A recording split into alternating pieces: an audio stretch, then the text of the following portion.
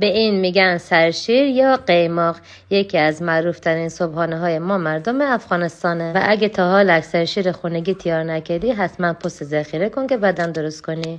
شیری که برای درست کردن سرشیر استفاده میشه هرچه پرچربتر باشه بهتره. 2 لیتر شیر داخل یک دیگ کلم بریزین و زیر اجاق خورد زیاد کنین، همونجا ایستاده باشین و مرتب شیر هم بزنین تا شیر از زیر نسوزه و تدیگی نشه. هم کنار اجاق گاز ایستاده باشین و شیر مرتب هم بزنین و به این صورت سر بکشین تا شیر از روی مقداری کف کنه.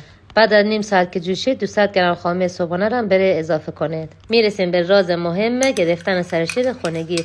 یک قاشق چایخوری نشاسته ذرت با یک کم شیر مخلوط کنید و به مواد شیری خود اضافه کنید. این قاشق کوچیک نشاسته کمک میکنه که تمام چربی از شیر جدا بشه و به شما یک سرشیر خیلی ضخیم بده.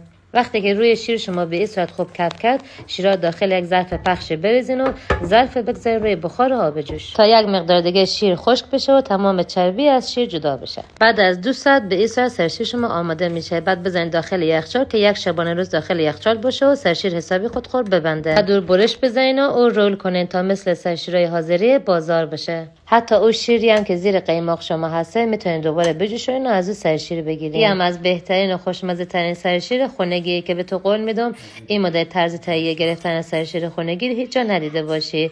پس پست رو ذخیره و لایک کن و بفرست برای دوستات.